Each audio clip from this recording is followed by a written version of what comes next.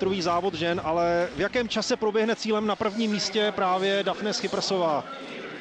No, ještě máme před sebou minimálně dva závody.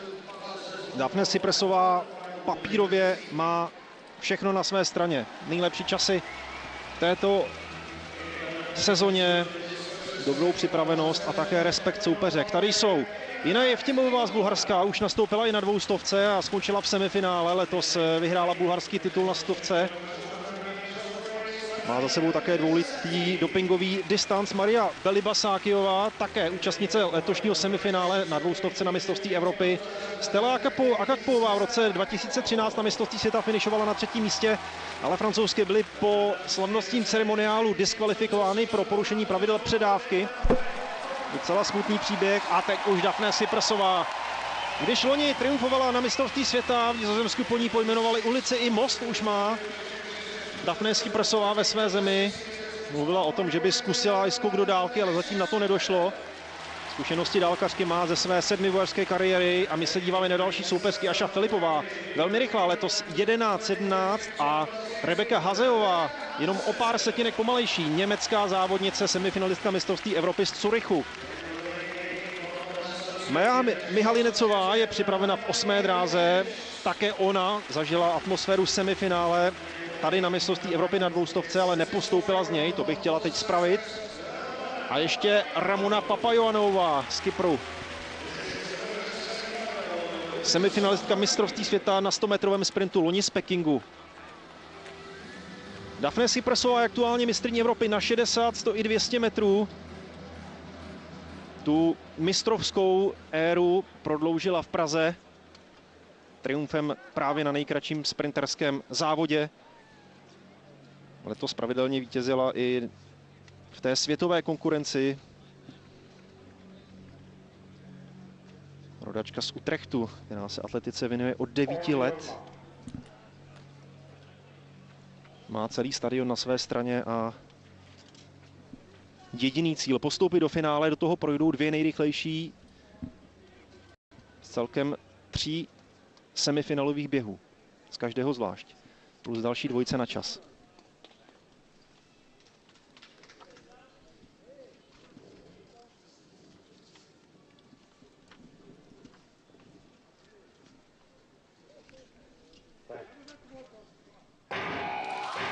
A start se bude opakovat. Stella Akakpová podle všeho vyrazila nejdříve ze všech a dokonce porušila tu hranici 1/10 sekundy, která je určena. A tak to vypadá, že francouzská už dál v semifinále pokračovat nebude. Měla by dostat červeno-černý terčík a bude diskvalifikována, protože se dostala pod tu 1/10.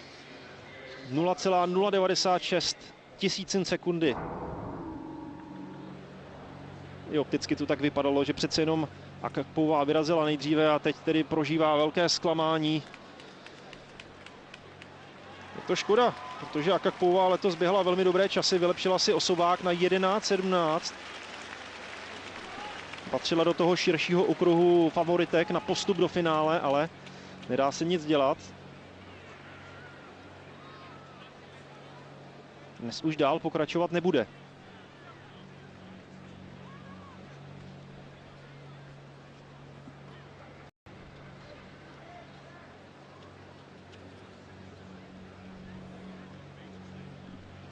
Francouzka čeká zatím trpělivě na ortel.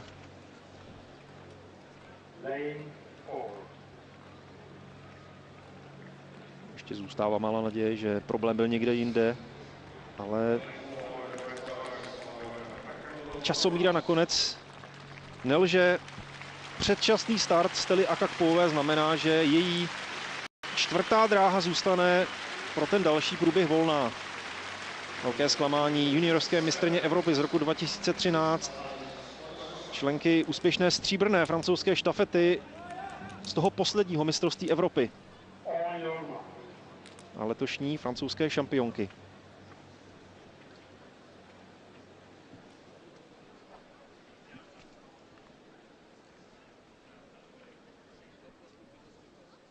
Chystá se druhý start. Dafne Chypresová zůstává v 5. dráze. Vedle ní v 6. její největší soupeřka Aša Filipová.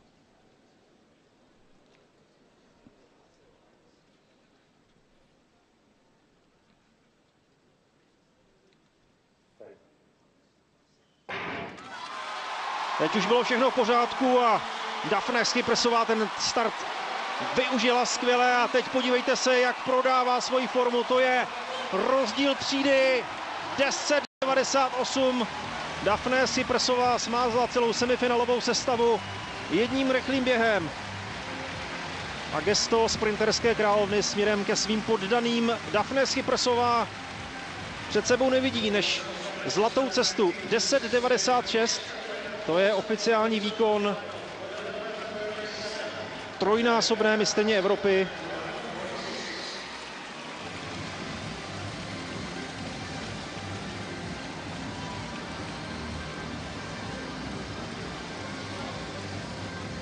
Všechny ostatní soupeřky se s odstupem dívali na záda této dívky, která je vystudovanou učitelkou. Dokonce se jeden čas věnovala učitelskému povolání při atletice, při své sedmibojařské fázi, kterou se rozhodla opustit právě až po mistrovství Evropy 2014. Ještě o rok později startovala v Getzisu.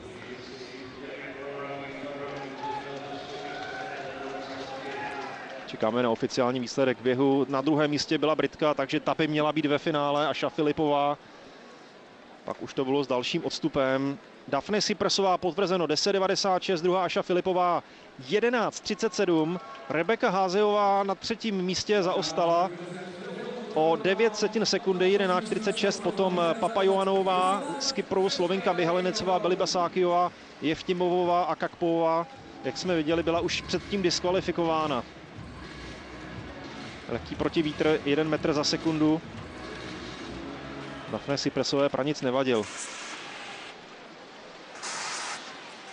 V těch letošních tabulkách v Evropě drží první.